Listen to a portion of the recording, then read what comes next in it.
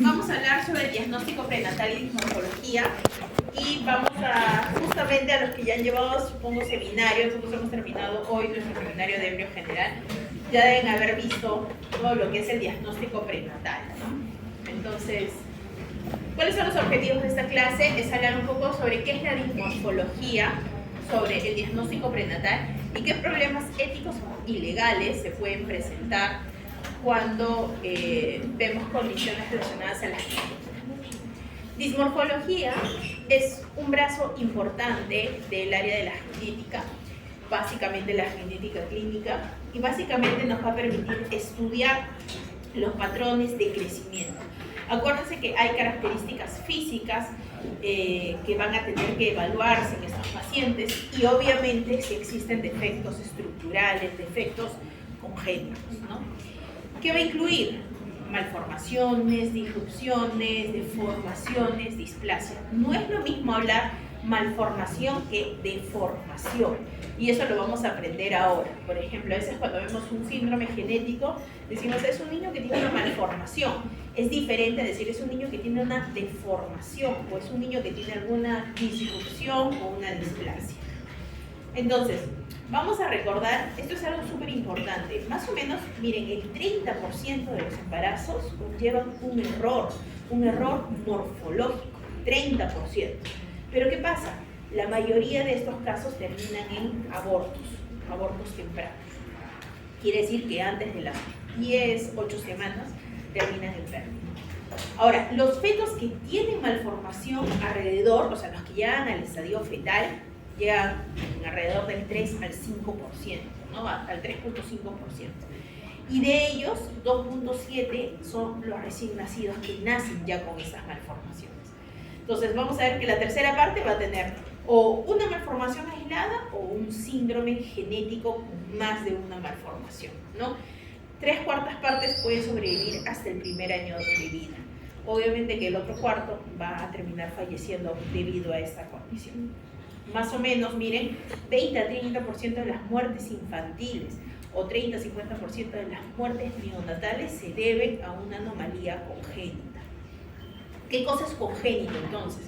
Congénito es una enfermedad, una condición o un rasgo que está presente desde que nace. O sea, el bebé nace y ya posee esta condición, ya la tenía intraútero, ya la tenía. Entonces, a eso se le llama congénito, es diferente a genético, ¿ya? Congénito y genético. Dice, o al menos se va a establecer por alguna característica si está presente desde el nacimiento. De repente no lo vimos en la ecografía, pero cuando nace vemos que tiene una condición congénita, algo congénito. Ha nacido y ya lo presenta. Puede haber sido provocado por mutaciones, variantes patogénicas, por alteraciones cromosómicas o de repente medioambientales. Estoy hablando, por ejemplo, de una infección por toxoplasma, por rubiola, por citomegalovirus, por herpes, van a causar un daño en el bebé. O por medicamentos, o por drogas, o por alcohol, etcétera, puede causar un daño en el bebé a nivel intrauterino y cuando nace, ya nace con esta condición. Entonces, es una condición congénita. Genética, ¿cuándo sería? Cuando hay mutaciones o hay alteraciones cromosómicas, ¿no? Entonces, no todo lo congénito es genético, pero sí todo lo genético es congénito, ¿no es cierto?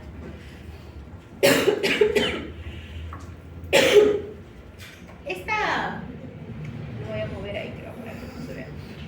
Esta tabla es muy interesante, o esta imagen, mejor dicho, porque nos muestra, ¿verdad, chicos? Desde el estadio embrionario, fetal, hasta el nacimiento. Miren que en la concepción, ¿no? Cuando se inicia la concepción, este producto va a pasar un estadio embrionario, va a pasar un estadio fetal y luego nace. En la primera parte donde dice normal, ustedes se dan cuenta que hay una concepción normal, un periodo embrionario y fetal normal y bebé nace sano. ¿Qué pasa en la malformación? Al momento de la concepción ya hubo una alteración, al momento de la concepción. Y quiere decir que todo el embarazo embrionario, todo el estadio fetal, va a aportar esta condición y obviamente nace nuevamente, ¿no? Presentando las características. Mientras que en la disrupción, la concepción es normal, Pero ¿qué pasa? En el estadio embrionario temprano, acá sucede algo. Puede suceder, como les digo, una infección, puede haber provocado por un medicamento, por una droga, por el alcohol, etc. Y esto va a ocasionar que todo el embarazo continúe ya con esta alteración. Nace así. En la deformación, la concepción es normal y el periodo crítico, el embrionario, también es normal. Pero en el periodo fetal, aquí es donde se da esta alteración. Y el bebé nace nuevamente con esta alteración.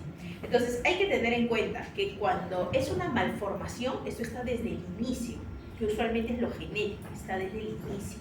Mientras que una disrupción y una deformación se da cuando la concepción fue normal, pero fueron en dos estadios diferentes, en el embrionario y en el fetal, donde se dio esta alteración. Entonces vamos a verlo con ejemplo. Por ejemplo, las alteraciones cardiovasculares del sistema nervioso, gastrointestinales o urogenitales son la mayoría de las anomalías congénitas, nuevamente. O sea, el bebé nace con esa anomalía, nace con una comunicación interauricular, interventricular, una persistencia del conducto arterioso, nace con anencefalia, nace con un defecto del tubo neural, fisura labiopalatina, ano imperforado, ya nace. ¿Qué pasó? Eso se dio desde antes de que nazca. Entonces, las fisuras labiopalatinas, defectos del tubo neural, holoprosencefalia, acrania, todo esto se da a nivel del desarrollo, ¿no? Usualmente todas estas se dan en el estadio embrionario. ¿Por qué? Porque en el estadio embrionario vamos a tener la neurulación, cuando se forma el tubo neural. Luego vamos a tener también al momento donde se va a formar la cabecita, el sistema nervioso, etc. Entonces, ¿qué es una malformación? Lo que vimos aquí. ¿Qué es una malformación? La malformación es el resultado intrínseco de un mal desarrollo. Una malformación. No se formó adecuadamente. La formación, malformación. De un órgano o parte de un órgano, ¿no? Y aquí el órgano está comprometido antes de cualquier desarrollo. Usualmente antes de la fertilización, porque vamos a ver que puede haber una mutación. Por lo tanto, el órgano en cuestión no tiene posibilidad alguna de desarrollo normal. En cambio, ¿qué es una disrupción? Hemos hablado que esta disrupción, aquí, la concepción es normal, pero en el periodo embrionario es donde se da la alteración, ¿no? La disrupción es un defecto morfológico de un órgano o parte de un órgano que es provocado por factores extrínsecos que van a alterar la morfogénesis normal. Quiere decir que puede haber un desarrollo potencial del órgano, pero sí, vamos a ver exposición a infecciones, a drogas, alcohol, anomalías metabólicas, la diabetes, hiperfenilalaninemia en la madre, irradiación, etc. A pesar de que la concepción se haya dado normal, en este periodo crítico embrionario, que son las semanas de la 3 hasta la 8, vamos a tener que va a afectar su desarrollo. Entonces vamos a tener una disrupción. Doctora, una consulta. Las características que mostró antes están en la etapa embrionaria, o sea, ¿sería disrupción durante la etapa? Claro, en algunos casos puede ser disrupción. En estos casos, en ejemplos específicamente, no, ninguno. Estos sí son malformaciones, en este ejemplo de malformación, porque aquí desde la concepción ya tuvieron alguna mutación genética, algo que no hizo que desarrollara su tubo neural, mutaciones para la fisura labiopalatina, etc. En cambio, en la disrupción, por ejemplo, ¿qué cosa ocasiona una infección por TORCH? Que es toxoplasma, rubiola, citomegalovirus, herpes, microcefalia. O sea, el bebé se formó y su cabecita se estaba desarrollando bien, pero la infección afectó su sistema nervioso, entonces hizo que su cabecita ya no se desarrolle. Se desarrolla todo menos la cabeza. Entonces la cabeza es una cabeza formada, pero pequeñita. Entonces eso genera, por ejemplo, una infección. Drogas, ¿no? También. Alcohol. Hay un síndrome que se llama síndrome alcohol fetal, de una mamá que bebe alcohol. No les digo el alcohol de beber una copa, sino de una mujer alcohólica. Entonces esos bebés nacen sin expresión facial. Entonces, nada, simplemente son bebés que no lloran, no se ríen, nada, absolutamente nada. La irradiación también al sistema nervioso, etc. Entonces, estas, a diferencia de las malformaciones, sí son prevenibles, ¿no? Porque son factores externos que nos van a ocasionar. Por ejemplo, y acá vamos a hablar de los teratógenos, ¿no? Los teratógenos asocian a disrupción. Esto acuérdense siempre, ¿no? Cuando nos pregunten en el examen en algún momento, teratógeno no nos va a dar una malformación, no nos va a dar una deformación, ¿no? Nos va a dar una disrupción, porque el teratógeno lo que va a hacer es afectar en el estadio temprano del desarrollo embrionario. Rubiola, por ejemplo, puede dar defectos cardíacos del oído, la microcefalia. Valproato de sodio, hay mujeres o gestantes que tienen que tomar porque tienen una condición previa y toman valproato de sodio, entonces pueden tener defectos del tubo neural. Las radiaciones, la deficiencia de la 21-hidroxilasa, que puede dar también sexo ambiguo, poco suplemento de folato, defectos del tubo neural. Entonces, aquí vamos a hablar que en realidad el teratógeno es el agente que va a causar un daño, ¿no? Ya sea en la morfología o en la función de un órgano, ¿no? Puede ser porque le genera muerte celular o porque genera alteración en el crecimiento de este órgano o una disrupción específicamente, ¿no? Ahora, hay que tener en cuenta las dosis, ¿no? ¿Por qué? Porque a mayor exposición, mayor riesgo. Ahora, la edad gestacional, ¿cuánto creen que sea más riesgoso? ¿En las primeras semanas o en el final del embarazo? En las primeras semanas, ¿no? La susceptibilidad del huésped, la susceptibilidad de la madre, ¿no? Características genéticas metabólicas de la madre, interacción con otros factores ambientales. Entonces, todo esto va a influir. Miren, el alcohol puede generar retraso del desarrollo psicomotor, problemas de atención, comportamiento, problemas intelectuales, fases gestálticas, lo que les decía, inexpresión facial. Ahora, hay libros, por ejemplo el Emery de genética menciona, ¿no? O sea, que en realidad no se debería tomar nada, cero de alcohol durante el embarazo, ¿no? ¿Por qué? Porque acá vemos un factor importante, la susceptibilidad del huésped. Ustedes no sabemos, digamos, qué gestante es más susceptible a un tipo de reacción o no. Lo mismo que el ácido fólico. Ustedes saben que hay gestantes que no toman ácido fólico en todo su embarazo.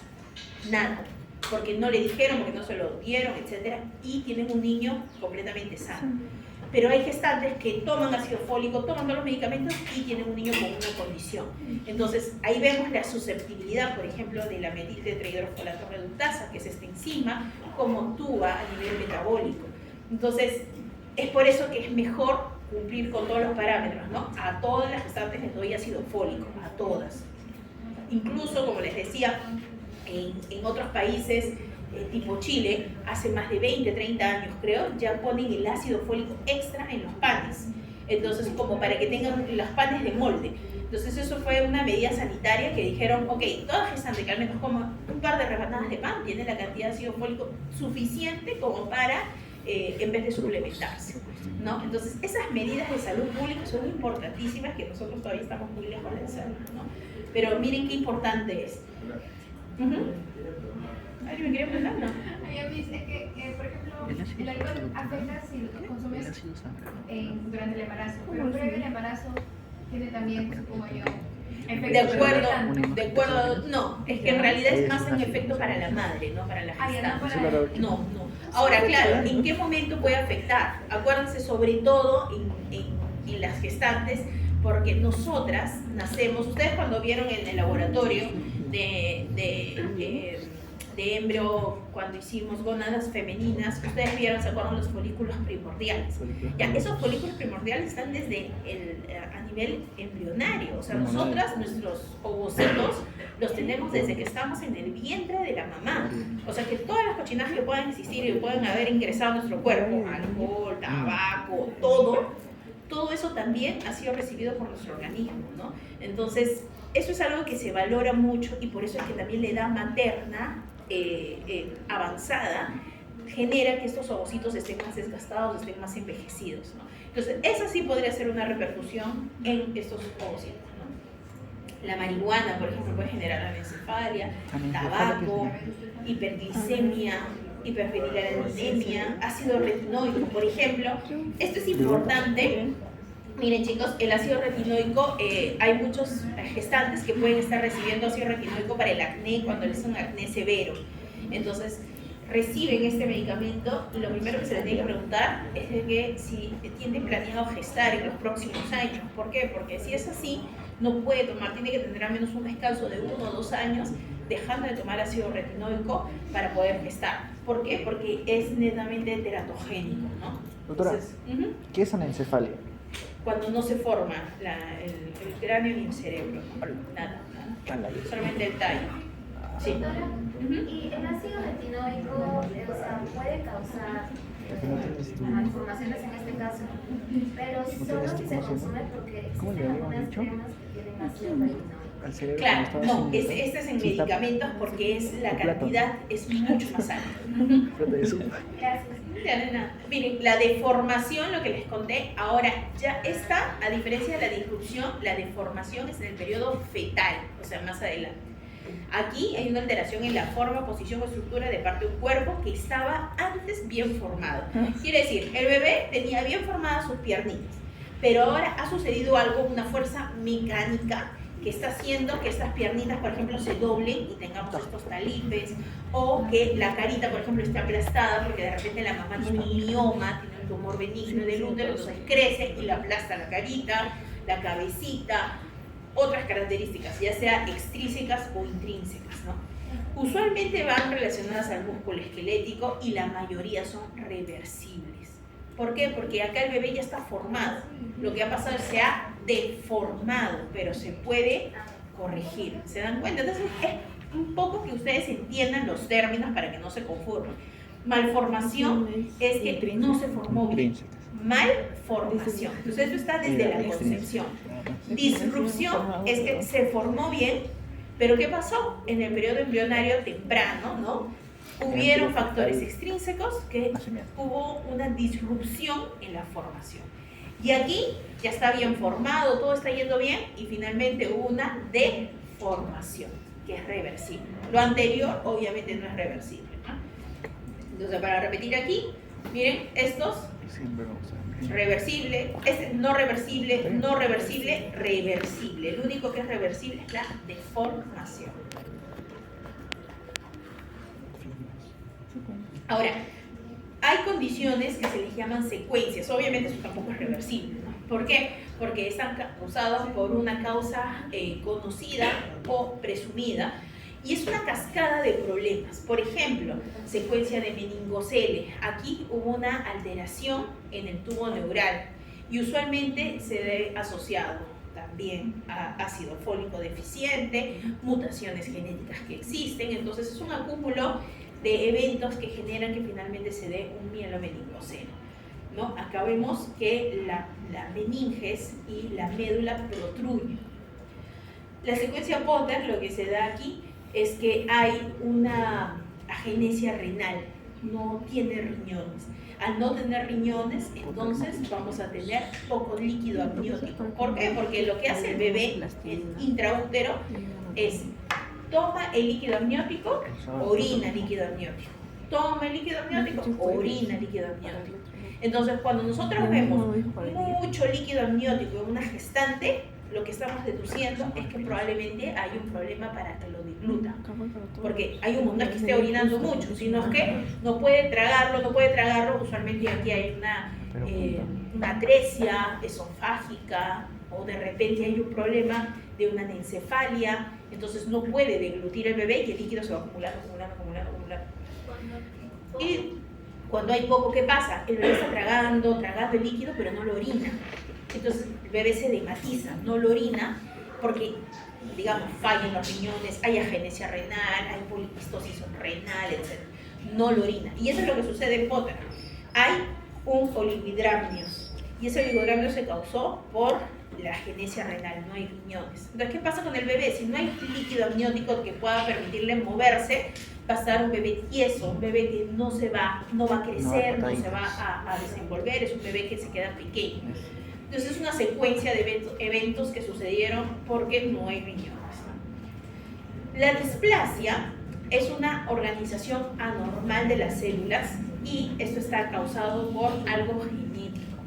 Las displasias pueden envolver una o varias capas germinales. Por ejemplo, displasias ectodérmicas. Todo lo que corresponde al ectodermo está alterado. ¿Qué cosa desarrolla el ectodermo? Cabellos, uñas, sistema nervioso, etc. Entonces, todo eso, dientes, se altera. Entonces, una displasia ectodérmica nosotros la reconocemos cuando el niño tiene retraso, tiene una alteración en su cabellito, los dientes son diferentes también. Entonces, vemos y decimos, ok, todo lo que deriva del ectodermo está alterado, ¿no? Es una displasia ectodérmica. Entonces, las malformaciones pueden ser simples o aisladas, o múltiples. Cuando es múltiple es síndrome, ¿no? Cuando es simple va a generar una secuencia. Cuando hay una disrupción también puede ser simple o puede ser asociado a más defectos que nos dará un síndrome. Y las displasias que comprometen a todo el cuerpo generan síndromes genéticos. Entonces, repito acá, malformación, disrupción, displasias tienen un componente genético. La deformidad no. Acuérdense que la deformidad hemos visto que es por algo externo. Factor de riesgo, miren, embarazos múltiples. ¿Por qué? Ustedes saben que el riesgo es altísimo en los embarazos múltiples. O sea, la mayoría, no decir la mayoría, pero digamos, voy a lanzar un número, 30% de los embarazos múltiples usualmente termina porque se reabsorbe un feto o porque termina falleciendo el otro hermanito. Entonces son embarazos de riesgo. Una gestante cuando tiene un embarazo múltiple inmediatamente entra a la zona de que es un embarazo de alto riesgo obstétrico. Cuando los padres tienen más de 30 años, la consanguinidad, o sea, ¿qué quiere decir? Hemos visto que primos hermanos, algún grado de parentesco. Ahora, los varones de por sí se ha demostrado que tienen mayor riesgo de tener anomalías, ¿no? 3.5 comparado con las mujeres que se o que haya una obesidad o una malnutrición materna. Ese es el efecto de la edad materna, lo que les decía, y está basado en lo de los ovocitos que les mencionaba, este envejecimiento. Los espermatozoides hemos visto que se van produciendo 60, 70 días nuevamente. Nosotros no producimos nuevos ovocitos, simplemente nuestros ovocitos van madurando, pasan todos sus estadios, sus folículos primario, secundario, terciario, expulso ovocito y nuevamente. Pero son nuestros ovocitos que tenemos desde el vientre de la mamá, desde que éramos embriones. Entonces, miren, este es el efecto de la edad materna.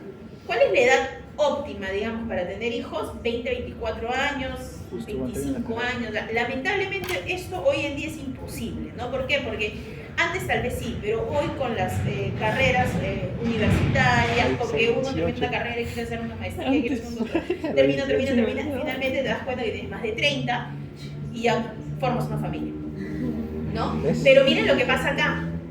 Este pico literal se eleva a los 35 años. Hay estudios que dicen a partir de los 30, pero a los 35 el quiebre ya es así, hacia arriba. Ya ni qué decir a los 40, 45 años, ¿no? Y miren, y esta es la incidencia de fertilidad. ¿Cómo cae? Miren, hasta los 30 años, 34 y 35 esto ya cae en picada, ¿no? Entonces es inversamente proporcional. Mayor riesgo de síndromes genéticos comparado con la edad materna. Ahora, también la edad paterna está relacionada a condiciones, por ejemplo, autismo, desórdenes bipolares, esquizofrenia, otras enfermedades como acondroplasia, neurofibromatosis. Estamos hablando de edad paterna avanzada, no hablo pues de 40 ni de 50, estoy hablando de 60, de 70 años, ya parejas mayores, ¿no? Y otras malformaciones. Ahora, recordemos que todo lo que corresponde a enfermedades congénitas, nuevamente, congénitas que nace con la alteración, genético, miren, el 7% es debido a la causa de un gen, 25% cromosómico, hemos visto síndrome de Down, síndrome de Pato, síndrome de Edwards, etc. Teratogénicas, 6 a 7%. Desconocido, Dios sabe cuánto, no sabemos, porque hay muchas causas que no se saben qué es lo que pasó y se presentaron estas alteraciones. Entonces, ¿cómo es que normalmente se hace una aproximación diagnóstico en dismorfología? Lo que se hace primero es ver los antecedentes perinatales. Uno pregunta a la gestante, ¿no? ¿Cómo fue su embarazo? Ah, sí, tuve un sangrado al inicio, amenaza de aborto, me dieron progesterona, etc. Listo. Acá con eso ustedes dicen, ok, ya desde un inicio había una, digamos, manifestaciones de que el cuerpo estaba expresando que este embarazo no estaba yendo bien, ¿no? Estas amenazas de aborto, estos, digamos, momentos que pasan durante la primera parte de la gestación pueden ser indicios de que existan, ¿no? Algún error, alguna malformación, alguna disrupción en el momento de la gestación. ¿Cómo fue su desarrollo psicomotor del bebé? ¿Qué antecedentes familiares hay? Obviamente, árbol genealógico y ver si es que hay consanguinidad, ¿no? Ahora, ¿cuál es el rol del dismorfólogo? El rol del dismorfólogo es ver la apariencia característica o gestante, ¿no? Entonces, lo que se hace normalmente es evaluar todas las características de la carita y físicas del paciente. Entonces se mira cómo son sus ojos, si sus ojos están muy separados, ¿no? Si sus ojos están muy juntos, si es que presentan una úvula bífida, cómo es el filtrum, cómo es la nariz, cómo son la formación de los ojos. Los pliegues son hacia abajo, son hacia arriba, en la cabeza, si hay un remolino, si hay doble remolino, las orejas, si están implantadas adecuadamente o están más abajo. Todas esas características las ven los dismorfólogos. Incluso lo que se hace, o bueno, lo que se hacía, miento, ¿no? Antes, en mi época, cuando yo era residente, fui residente del doctor Abarca hace como 10 años, 11 años. Entonces, en el Hospital del Niño, él es dismorfólogo, por ejemplo. Entonces, cuando yo fui residente del Hospital del Niño, lo que hacíamos era tomar fotos. Le decíamos al paciente, no, podemos tomar una foto a su hijito, ¿no? Entonces le tomábamos la foto, cuando eran síndromes rarísimos, pues, ¿no? Y luego íbamos a nuestro libro, que era gigantesco, entonces yo como residente tenía que buscar, a ver qué síndrome podía ser. Después apareció una metodología que era el Face to Gene, que uno le toma la foto y en automático te rastrea la cara del niño y te dice qué síndromes posibles podrían ser. Porque en verdad, te estoy hablando que hay síndromes que se aprecian de 1 en 100.000, 1 en 50.000, que uno en realidad no tiene ni la menor idea, ¿no? A mí me pasó una vez de que Vico en el hospital, no, en el INEM, yo mi residencia la hacía en el INEM. Entonces vi a un paciente con una dismorfia en el INEM que tenía cáncer además, ¿no? Y era un caso rarísimo, pues 1 en 100.000, 200.000, no sé. Entonces se llamaba displasia frontonasal. Que la característica es así medio cara larga, con los ojitos más separaditos, con una línea en la carita. Entonces, cuando me fui a Brasil, en mi último año de residentado, estuvimos viendo a varios pacientes, ¿no? Y inmediato entró una paciente igualita a mi paciente que yo había visto en Perú hacía medio año atrás, ¿no? Y de frente le dije a la doctora, es este caso. Y la doctora me dijo que no sé. Y, o sea, obviamente no era que me lo sabía todos los síndromes de memoria, sino porque yo justo había visto un caso así, ¿no? Entonces, y le enseñé la foto y literal, comenzamos a buscar y era el mismo síndrome.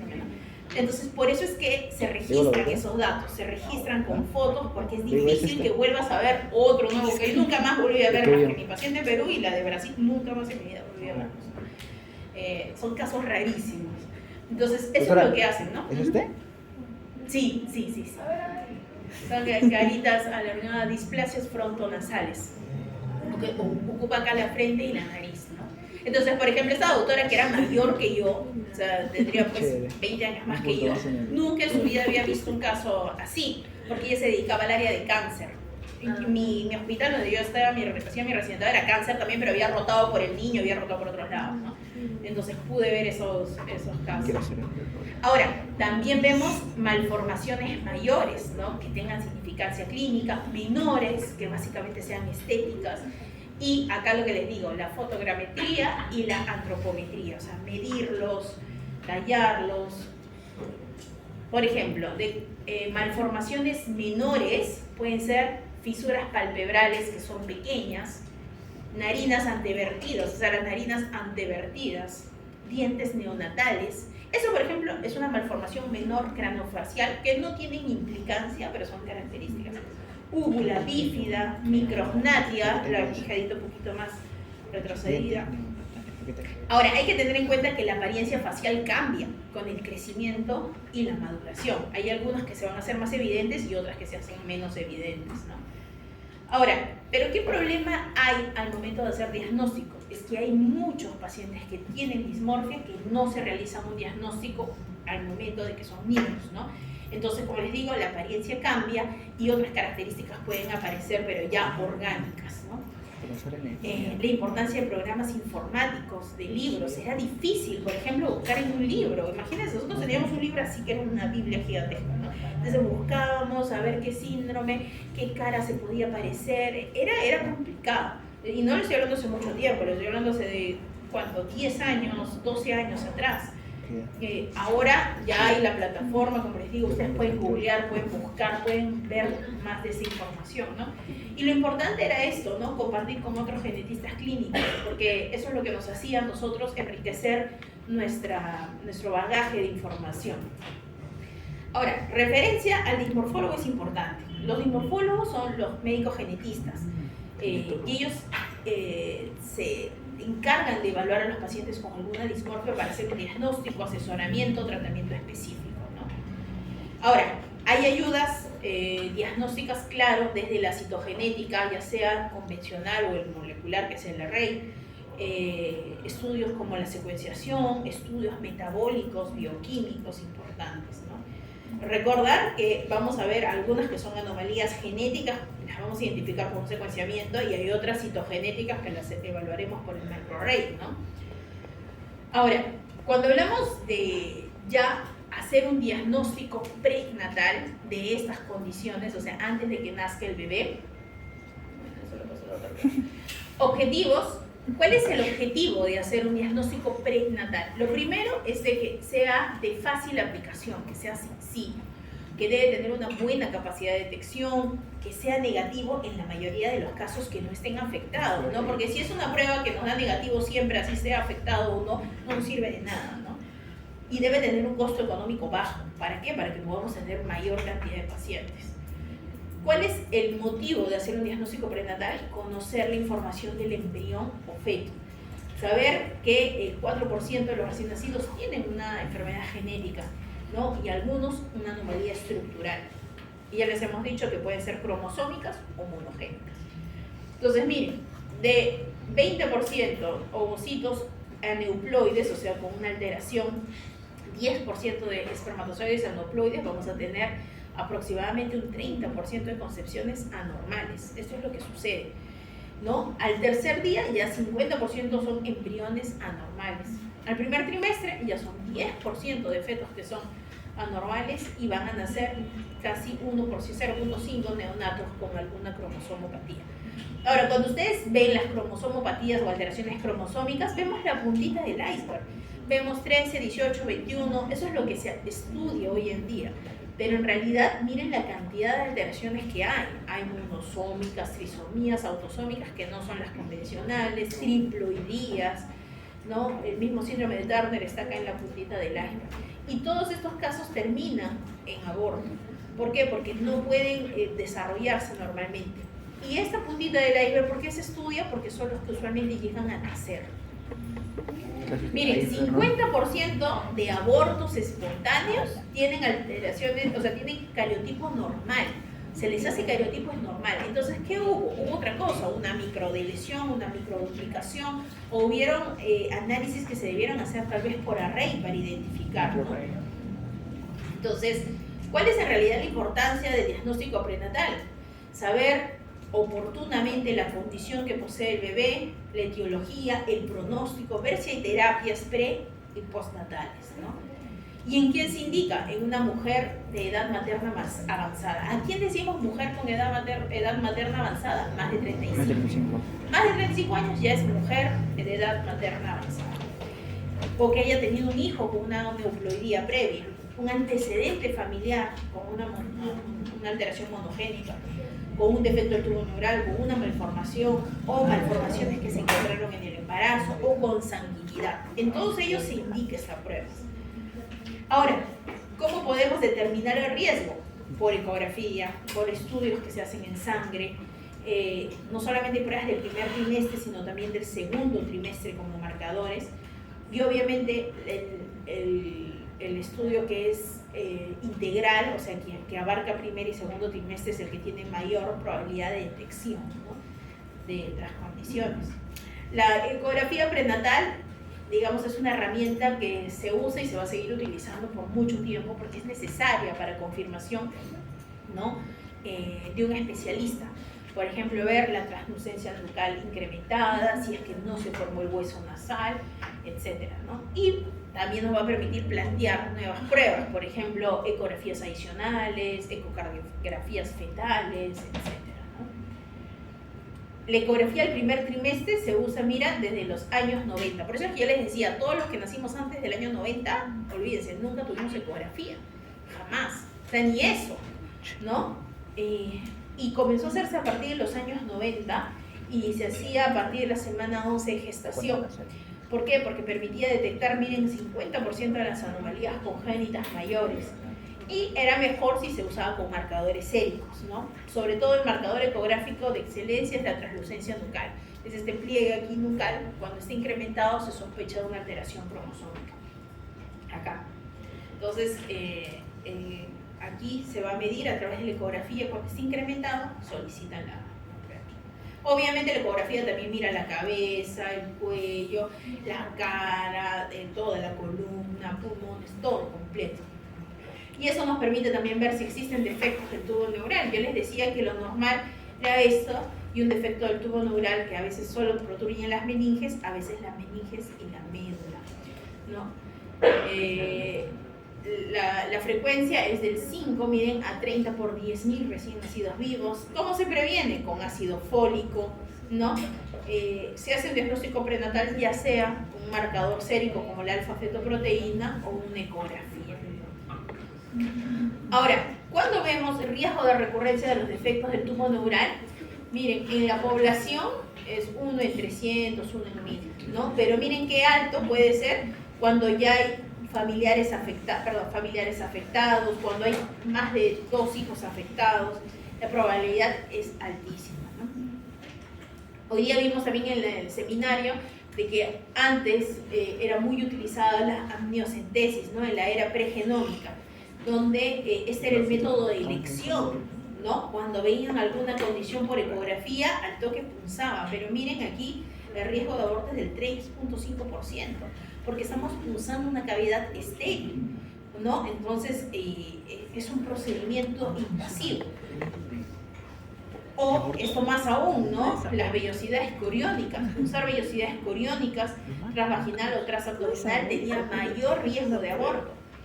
Ahora, con las pruebas genéticas, claro, nuevamente el cariotipo, los microRAM, etcétera, nos permiten tener un mayor conocimiento de estas condiciones. Y no solo eso, ahora con el boom del diagnóstico prenatal no invasivo o el NIPT, ¿no?, nos permite saber muchas características de nuestro bebé sin punzar la cavidad amniótica, ¿no? Entonces a través de sangre, como si le tomaran un hemograma, y podemos saber si es que hay alguna condición, podemos saber el sexo del bebé, etc., ¿no? Esto no es más que el ADN que expulsa la sangre, producto de las células apoptóticas, ¿no? Y lo que se secuencia también es el ADN, las células libres del ADN. Aquí vamos a ver, miren, el NIPT, o este examen de test no invasivo prenatal, lo que analiza principalmente son trisomías 21, 18, 13 y de los cromosomas sexuales, ¿no? Aquí vemos sensibilidad, especificidad, la prueba es altísima, miren, la especificidad es más del 99.5%. Ahora, hoy por hoy, las metodologías han avanzado mucho más, es 99.9%, ¿no? Pero hay factores que influyen negativamente, por ejemplo, si hay poca cantidad de ADN fetal, ¿no? 11 semanas de gestación, menor de 11 semanas de gestación también es una limitante, que hay obesidad materna o aneuploidías en la placenta, ¿no? Entonces acá lo que se usa usualmente es algo combinado, ecografía, ADN fetal, pruebas de bioquímicas, ¿no? Ahora, hablando de lo que hemos hablado del diagnóstico prenatal, podemos hacer también diagnóstico preimplantacional. O sea, antes de que se dé la implantación. Y esto es un diagnóstico genético usualmente que se realiza en padres con alguna alteración en su genoma. Entonces aquí lo que se hace es seleccionar. Digamos que el papá tiene una mutación para CFTR, para fibrosis quística, y la mamá, que es su prima hermana, tiene la misma mutación. Entonces ellos no lo van a dejar al azar y van a esperar que ese 25% de riesgo de tener un bebé con fibrosis quística. Entonces lo que se hace es selección de óvulos y selección de espermatozoides. Se analiza y se sabe, a ver, ¿este espermatozoide tiene o no tiene mutación? Este no, este sí, este no, este sí. Igual, ovocito, este tiene la mutación, este no tiene la mutación, este tiene, este no tiene. Listo.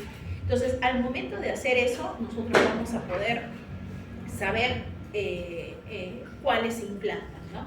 Entonces, hay un diagnóstico preimplantacional para buscar esas anomalías en el genoma. Ahora, bien, todo lo que hemos hablado, pero también existen problemas éticos y problemas legales.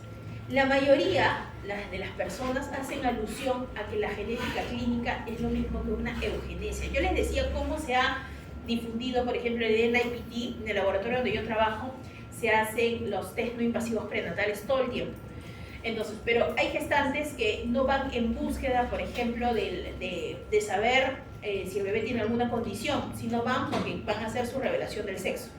Entonces no quieren esperar hasta la ecografía y que les confirme si realmente es el sexo del bebé, porque hay un margen de error. El ginecólogo nunca te va a asegurar si 100% hombre, te dice, mira, sí, tiene características, yo creo que se ve penecito, se ve, sí es hombre, pero esperemos a ver más adelante.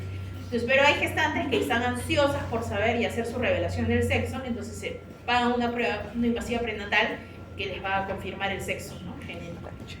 Entonces, hay muchas pruebas.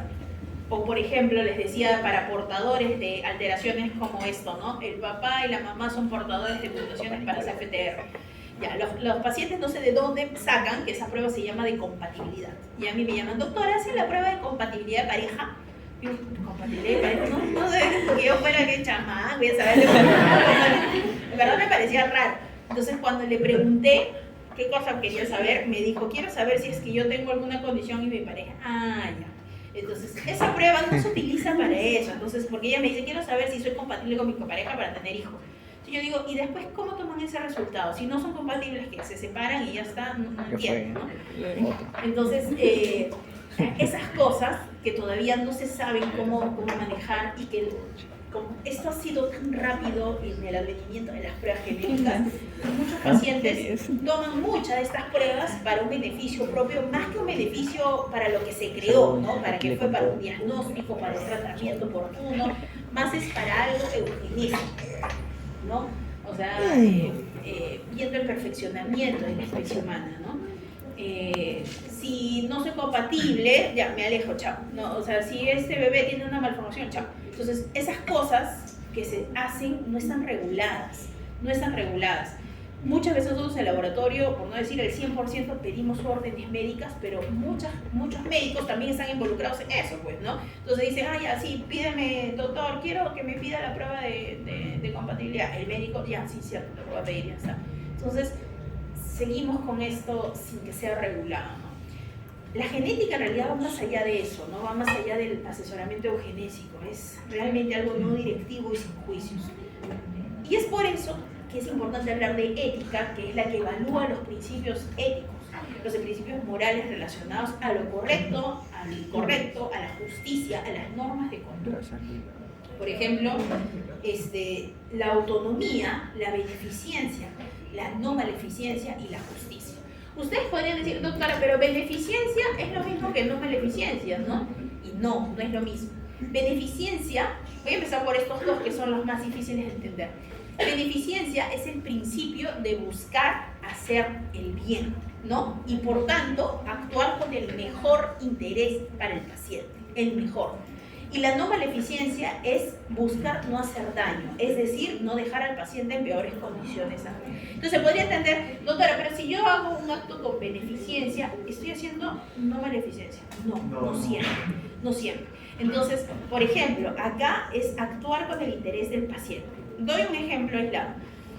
Y nos pasa, una paciente tiene diagnóstico de cáncer. Entonces, La indicación, y es una paciente joven, la indicación es hacerle una prueba genética, es que el médico le indique una prueba genética de riesgo para saber, porque es joven, para sus hijos, para si desarrollará cáncer nuevamente, etc. Pero ¿qué dice el médico? Él tiene la idea que sí, voy a hacer lo correcto porque es mi paciente, le estoy tratando muy bien, pero y el médico la ve y dice, uy, no, pero esto está muy caro, no creo que lo pueda pagar, es mucho, mejor no lo pido, ya, mejor lo voy a tratar con asesoramiento. Ahí él está buscando hacer el bien, tiene la idea, pero finalmente él está decidiendo por la paciente y está diciendo, no creo que lo vaya a pagar.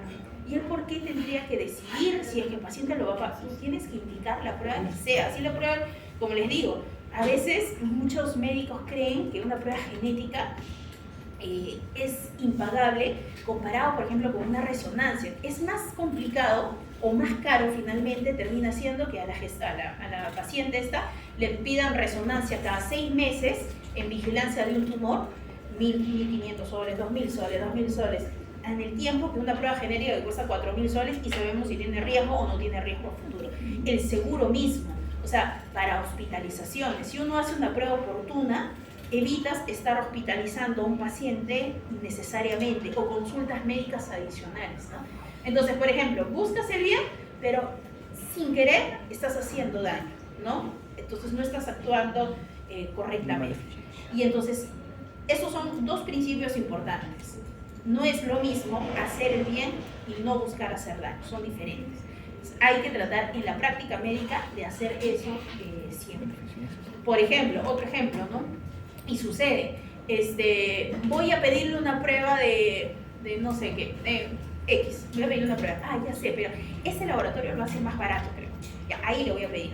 ¿Por qué? Tú tienes que darle la prueba al paciente con el nombre de la prueba y el paciente buscará, le puedes dar referencias de 10 laboratorios los que tú uses, pero no puedes direccionar, no puedes decir anda a este laboratorio. Peor aún, lo que sucede es de que existen médicos que reciben un dinero por las pruebas que tú solicitas. O sea, eso, cuando yo me fui a mi serum, para mí fue escandaloso, ¿no? Se vino el laboratorio allá en Trujillo y me dijo, doctora, usted acaba de llegar, mire, si usted nos pide el hemograma, la glucosa, todo nuestro laboratorio, a fin de mes, usted le puede hacer un descuento a su paciente. O sea, le puede decir, mire, manda un cupón y le llega 10% de descuento, 20% o 30%. ¿No? Usted ya generosamente le dice al paciente cuál, pero eso afecta en lo que usted va a recibir. Porque si yo no le doy ningún descuento, yo recibí ese 30% para mí. Entonces yo le dije, esto es el colmo. Y otra encima estaba en una institución del ejército. O sea, hablé y le dije al comandante que era médico, le dije, doctor, esto está sucediendo, es un escándalo. Y peor aún porque había un laboratorio dentro del cuartel general. O sea, teníamos un laboratorio, era imposible que sucediera esto. Y bueno, la cosa es que me escandalicé, eso en Trujillo. Cuando ya llegué a la práctica médica aquí, eso era peor, pues esto es mucho más con el doctor Luisquito, con todos los laboratorios que existen, hay y sucede. Esto es algo, pero yo podría contar con dedos de la mano, con una mano, cuántos laboratorios hay que no hacen eso. Literal, la mayoría hace eso. Así que ustedes tienen que estar preparados porque les van a llover cantidad de gente que les dice, doctora, usted me envía a mí, le doy 20% de descuento, o para su familia le hago pruebas gratis. Es un asco. Y eso hace que direccionen a los pacientes, ¿no? O por ejemplo, un médico que trabaja en una práctica privada que direccione la prueba a su laboratorio. Eso ha pasado, por ejemplo, en hospitales que yo he cursado. Se malogra la máquina de la litrotripsia. Entonces agarra y la doctora justo tiene su máquina al frente del hospital. Entonces van y dicen, uy, no se puede hacer aquí, señora, pero al frente sí lo hacemos. O por ejemplo, ¿cuántas veces en el hospital habíamos peleado por tener el secuenciador del estudio genético? Pero había gente que decía, no, va a costar muy caro, no se va a hacer. ¿Y quiénes eran los que decían eso? Los que tenían su práctica privada al frente del hospital. Entonces, el paciente no podía coberturarse su prueba por ESIS y si quería hacerse su prueba tenía que ir a pagar 3.000, 4.000 soles al frente, o sea, literal cruzando la pista porque ahí están los laboratorios, ahí están las empresas y todo. Entonces, en realidad es un mundo bien feo y que no hay regulación, ¿no? Entonces, lo importante es eso, tener ética y no olvidarse estos principios. La autonomía, esto, incorporar el respeto por el paciente es el que decide, el paciente es el que tiene voz, el que tiene una decisión, además tiene la privacidad de su información. Hay pacientes que no quieren que les digamos la información genética a sus hijos o a sus primos, a sus tíos, etc., hasta su esposo. No tenemos por qué revelarlo, ¿no? Y la justicia es algo que se hace justo para todos los pacientes, darles todo para que ellos puedan finalmente tener la autonomía de decidir. Entonces, autonomía, beneficencia, no maleficencia y justicia. Importante el consentimiento informado. Todo paciente tiene derecho a que le expliquen qué cosa es lo que van a realizar desde la toma de la muestra. Le vamos a tomar una muestra de sangre porque vamos a estudiar su ADN. Y tendremos que hacerlo de forma completa y específica, ¿no? Decirle cuáles son los riesgos. Mira, si tu estudio genético puede arrojar un resultado incidental, justo lo que hablábamos ahora, algo que no estabas esperando, ¿estás de acuerdo a tenerlo? Sí, ok, listo. Las limitaciones, puede ser que necesitemos hacer pruebas más adelante si este resultado sale negativo. Las implicancias, puede ser que este resultado te diga que te tienes que operar y sacarte todo el colon o sacarte las mamas, ok, está bien. ¿Qué resultados pueden haber? Hay resultados positivos, negativos, inciertos. Todo eso se explica en un asesoramiento genético pre-test. Por eso es importantísimo tener esta reunión con el paciente y que firme lo que se le está explicando, ¿no? Especificar si el ADN será almacenado a largo plazo, utilizado para investigaciones posteriores, ¿no? Porque hoy en día uno toma la muestra y a veces almacena, y en los hospitales sobre todo sucede eso. Yo trabajo netamente ahora en la práctica privada, imposible que suceda, pero en los hospitales usualmente ya sácale 2 tubitos, decían, uno para nosotros y uno para implementar la prueba. O sea, y se rompía todo lo que era la parte ética, ¿no? Entonces nosotros poníamos el pare ahí, decíamos, oye, hay que hacer un consentimiento informado, hay que decirle al paciente, ¿quieres participar de este nuevo banco de genético que vamos a hacer? Ah, sí, nadie te va a decir que no. Yo partí por ese principio, le digo, es mejor que les digamos porque nadie te va a decir que no quiero participar de formar parte del banco de sangre del INEN, de la parte genética, ¿no? Pero es mejor hacerlo que hacerlo por lo bajo, ¿no? ¿Por qué? Porque el paciente se da cuenta, ¿y por qué me sacan 2 tubos? ¿No? O sea, claro, ¿qué le vas a decir, no? Es peor hacer eso, ¿no? Lo mejor era de frente, oye, ¿sabes qué? Mire, señor, vamos a implementar más adelante, ahorita no, de repente en 5 años, pero estamos armando una genoteca. Está bien si utilizamos una para su estudio y una la guardamos. Ah, claro, encantado. Los pacientes todos firmaban que sí, porque era algo que iba a servir para los pacientes. Y la confidencialidad. La información solo le pertenece al paciente. No le pertenece a su esposo, no le pertenece a sus hijos, no le pertenece a sus hermanos, a nadie. Excepto que haya susceptibilidad a enfermedades ocupacionales, ¿no? A aquellos pacientes que están expuestos, que sean susceptibles a exposición a determinadas situaciones, ¿no? Y esto también es importante por el tema de los seguros. Ustedes saben que hay muchos pacientes que tienen un resultado positivo y en automático el seguro o les bloquea y te dice, yo no te cubro más nada porque tú tienes una preexistencia, y obviamente un tema genético es una preexistencia desde que antes que nazca, ¿no? O lo otro es, te subo la prima, tu seguro para tu cobertura, ¿no? Entonces, en realidad eso no debería haber, y debería haber una norma que regule.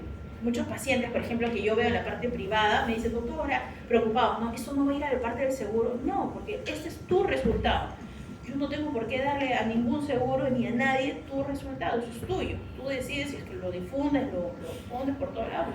De nosotros no va a ser, ¿no? Pero ¿qué pasa en las clínicas? Una clínica, por ejemplo, que esté de RIMAC o de seguro, que tengan las aseguradoras, en automático te haces una prueba ahí, ya lo vio el sistema. ¿Y qué hace eso? En automático te llama y te dice, ¿sabes qué? No te lo va a anular, pero te va a subir la prima, ¿no? Ya no vas a pagar el 15-20% de la prueba.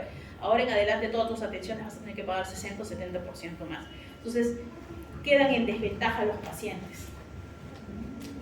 Y aquí hablamos de un tema de la universalidad. Que el genoma es fundamentalmente común para todos, pero no es compartida esta información. Esto es también algo complicado. ¿Por qué? Porque hay muchos estudios genéticos que se realizan en el extranjero.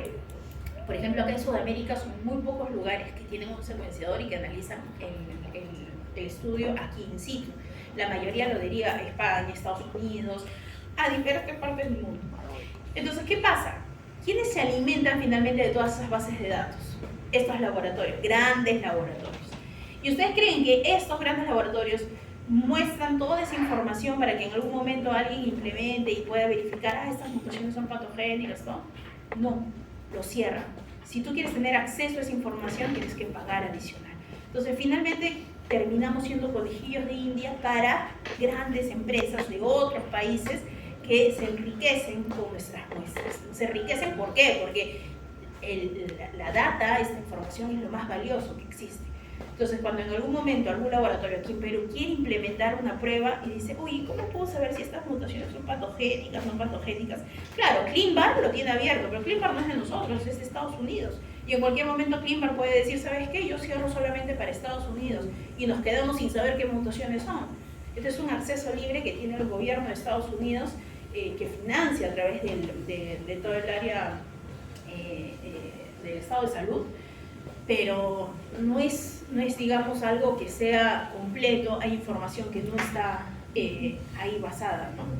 Entonces, miren por qué es importante que sea compartido, porque lo que aprendemos del genoma de un paciente, una familia o una población va a tener beneficios potenciales para nosotros. ¿Quiénes creen, por ejemplo, que desarrollan todos estos medicamentos? Las grandes industrias que tienen estas informaciones genéticas. No es en vano que nos digan, viene, por ejemplo, Merck, o Pfizer y les digan, ¿saben qué? Vamos a estudiar a todos tus pacientes gratis, ¿ah? Te voy a hacer el estudio genético gratis para saber si tienes, no sé, mucopolisacaridosis, si tienes en tus pacientes. No lo hacen gratis, lo hacen porque la prueba te la están haciendo gratis al paciente y con esa información luego vienen con su medicamento y te dicen, ojo, ¿quieres este medicamento? Cuesta 5.000 soles, ¿quieres 10.000 soles, 20.000 soles, impagables? Entonces, ese tipo de manejo donde la información no es universal o no es a beneficio del paciente, termina siendo un dilema ético. Entonces, ¿cuáles son estos dilemas? Población específica que se estudie con un factor de riesgo, qué hacer con esa entidad que se encuentra, ¿no? ¿Cuál es la finalidad, por ejemplo, del diagnóstico prenatal? Es estudiar, es ver qué es hacer, es tener un aborto, qué es lo que sucede. En Estados Unidos y Europa, por ejemplo, lo que se hace con el diagnóstico prenatal, esta es su definición, ¿no? Disminuir personas afectadas de alguna entidad. Para eso hacen el diagnóstico genético prenatal, para disminuir personas que estén afectadas por una alteración genética. Disminuir el dolor y sufrimiento de la familia. Es menos costoso a que los sistemas de salud sean sobreutilizados, ¿no? Ahora, y hay pruebas predictivas que se dan en la infancia, ¿no? Determinar una mutación. Pero ¿y dónde queda la autonomía del niño? Si desea o no desea conocer. Disminuir se refiere a que los abortos. Sí. Disminuir la cantidad de personas afectadas de alguna entidad. Y miren, por ejemplo, es importante esto. Yo les hablaba justo en el seminario de la autonomía del infante. ¿Por qué? Porque se pueden hacer estudios genéticos en niños. Hay personas que dicen, yo quiero saber si mi hijo tendrá algún riesgo. Ok, pero ese niño también tiene una voz y voto. ¿Quiere saber ese niño si tiene algún riesgo? ¿Va a vivir toda su vida sabiendo que tenía un riesgo que no lo estaba buscando, no lo sabía, de repente ni le va a afectar en su vida? Pero es una información genética. Es como yo les diga, ahorita yo no sé cuántos estarían preparados a hacerse un genoma y identificar todas las variantes que podamos tener y cuáles nos pueden decir el riesgo. Entonces es importante saber, antes de realizar un estudio, si estás preparado para recibir un tipo de estudio así, si vas a poder manejar un estudio así, y la implicancia, porque es un antes y un después de tener un resultado y saber los riesgos que puedan haber. Ahora, a veces los resultados o la información no es relevante, pero ya te cargas con un adicional de saber que tienes algo más que de repente no vas a desarrollar tú o tu descendencia sí, ¿no? Hay pruebas que son involuntarias o deducibles. Por ejemplo, miren, este señor murió, este señor está afectado, este también, de este no sabemos, y dice, tienen ellos enfermedad de Huntington, ¿no? Y ellos no tienen síntomas de enfermedad de Huntington, pero si hacemos un análisis predictivo, ellos podrían tener. ¿Y cómo tomarían la noticia si es un resultado positivo? Cuando digamos que este es un niño que ni siquiera tenía la intención de saber que iba a tener Huntington y no va a desarrollar síntomas hasta que tenga 40, 50 años. Entonces, todas esas cosas son importantes de saber, ¿no? Que terminan siendo dilemas, ¿no? Además que si eso le sumamos los costos de la prueba, coberturas de seguro, factores sociales, religiosos, educativos y también disponibilidades de tratamiento. ¿De qué sirve ahorita de que, por ejemplo, hagamos un diagnóstico, digamos, con la intención de simplemente conocer, más no actuar, ¿no? Eso es algo innecesario. Y el asesoramiento, como les digo, no tiene que ser directivo. Nosotros no le podemos decir a la paciente, por ejemplo, en BRCA, cuando los pacientes tienen mutaciones en BRCA1 o síndrome de Lynch, yo les digo, acá tienes dos caminos, sobre todo las que tienen mutaciones en BRCA. Tienes dos caminos. O decides retirarte las mamas, retirarte los ovarios y hacer todo, o decides hacer tu chequeo cada 6 meses. Eso ya yo no me puedo meter. Yo no le puedo decir, mira, yo te recomiendo, sácate porque yo no. O le puedo decir, ¿sabes qué? No, yo por ejemplo, yo me voy con todos mis órganos y listo, muero así con... Porque hay pacientes, ¿y por qué lo digo? Porque he tenido los dos casos, los dos tipos de pacientes. Bueno, pacientes que me han dicho, doctora, sé que yo me saco todo, no me interesa, yo no quiero vivir en angustia. Y hay otros que me dicen, yo me muero enterita, doctora, yo no me saco nada. O sea, y me dicen, yo voy a venir cada 6 meses religiosamente así, doctora, voy a hacer mi chequeo, mi control, pero no me opero nada. Y listo. Y lo hace. Entonces, yo no le puedo decir, yo te recomiendo, no, más rápido, sácate. No, o sea, tiene que ser no directivo. Le digo, sí, dime. ¿Y cuando le pides su opinión? No, le digo que yo no puedo decirle, no puedo yo influir en ellos, ¿no? Ética. No saben, Sí, no sé. sí, no le puedo decir, no, yo le decía, no, imposible, yo no le puedo decir, no, te doy las dos opciones, tú decides porque son los dos únicos caminos, no hay un tercer camino. El tercer camino es no hacer nada y pues, que te llegue la enfermedad, ¿no? Claro. Doctora, con respecto a la universalidad, por ejemplo, CLIMBA, supongo que son casos en los que han firmado para que sea visible por el resto de personas. Claro. Porque si no estaría Eso, y que es lo que parte, y le voy a poner creo que en la última diapositiva, es que no hay leyes. O sea, tú lo puedes ver eso en Estados Unidos y en otro lugar. Aquí no hay nada. No hay nada que te diga que compartas, que no compartas, que si tengas consentimiento. No hay nada, es tierra de nada, literal. Y eso porque si te digo que hace la era del genoma empezó en el año 2000 con el genoma humano, ¿no es cierto? Ya. Eso fue en Estados Unidos. Acá en Perú, recién que tengamos pruebas disponibles, estoy hablando de hace 7, 8, 9, 10 años máximo. O sea, no hay más.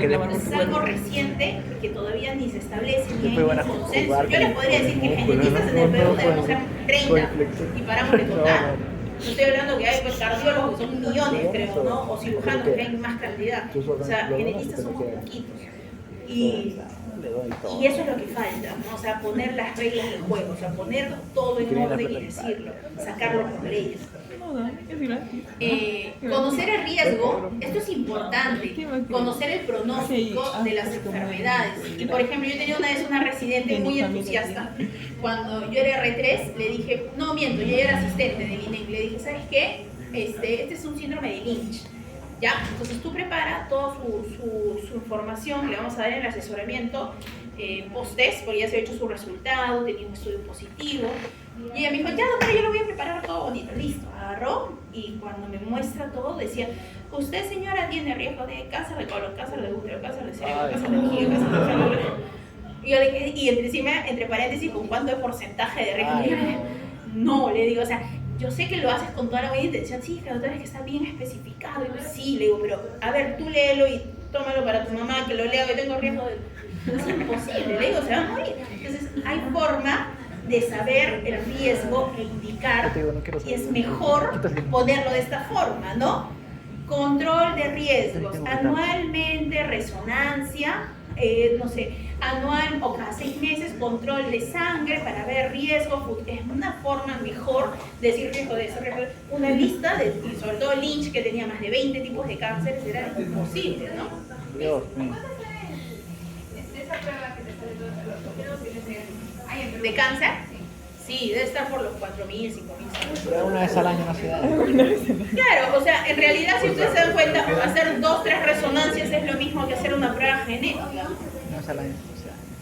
Y esto, ¿no? Y compartir la información de los estudios genéticos con la familia. Hay pacientes que no quieren compartir el resultado con sus hijos y no quieren compartirlo con Es sus como tú no esposos, te y los eso es su derecho, pacientes. ¿no? No le vas a dar nada.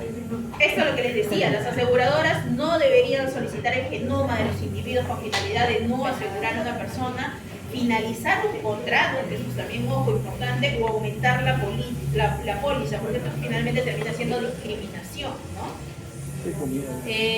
Y miren, para la terapia génica, obviamente, aquí es lo que les decía, qué cosas hacen muchas industrias, buscan a pacientes que tienen la necesidad y justo buscan esta necesidad de una familia desesperada y aceptan cualquier investigación, ¿no? De investigación de medicamentos, investigación de pruebas genéticas. Pero ¿Y sería qué raro, fines pues si no quieres tienes, hacer? digamos, familia. Ya menos que le voy a decir de la clonación, pues no, o sea, ya investigación no son las madres, de W96, completo rechazo a la clonación reproductiva, clonación terapéutica, ¿qué es lo que se da? O sea, no hay nada. Ahora sí, esta es la más sencilla. ¿Leyes en Perú? No existen leyes. Es la parte más fácil. No hay ley de protección de datos, ley de clonación, ley de investigación, nada. A la justa, o sea, lo que entendemos, ¿no? Los decretos legislativos, Fija. ¿no? Que no es pudir el aborto cuando es el único medio. Se pone existe ley, ¿no?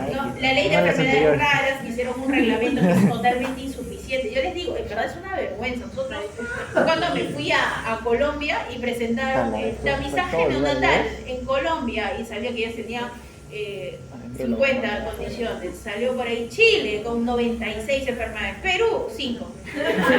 ¿Cómo va a ser posible? Y claro, y sí da en la parte privada, como le digo, yo trabajo en un laboratorio y ahí el que puede pagar y paga sus 96 enfermedades, pero eso es injusto. ¿Qué pasa con los demás hospitales? O sea, el Ministerio de Salud, quien es el que debe regir y ver todo eso, ¿por qué no hace esta ampliación? Hay máquinas, hay pruebas para realizar, pero no. O sea, es un tema realmente malo. ¿Reflexor?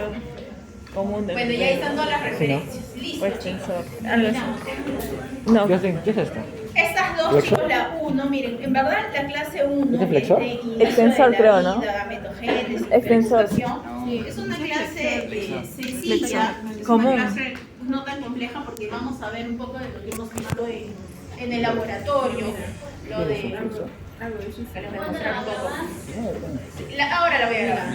Sí, miren, el ciclo ovárico, que es algo que hemos visto, los folículos, que también ya hemos visto, ¿no? Igual la gametogénesis, espermatocito primario, secundario, la homogénesis, la ovulación, cuerpo albicans, cuerpo lúteo, es básicamente todo lo que hemos visto, ¿no? La fecundación, segmentación, implantación y las bases moleculares. Esto es lo más. ¿Tú no puedes hacer eso? Y aquí en el desarrollo embrionario vamos a ver ¿No? básicamente Pues. chicos, a ver las capas germinativas, ¿no? Para que vean más o menos de qué va la siguiente clase. Por eso les decía que no tenía mucha relación con lo anterior. En desarrollo embrionario vamos a ver ya cómo se desarrolla las capas germinativas, la gastrulación, la neurulación ¿Sabes para qué? y cada una de las capas, que ¿no? Mesodermo. presencial? No estamos. Ya, muy bien. ¿Ah? Bueno, ¿Puedes trabajar? ya no paraste. ¿No? Doctora, la asistencia.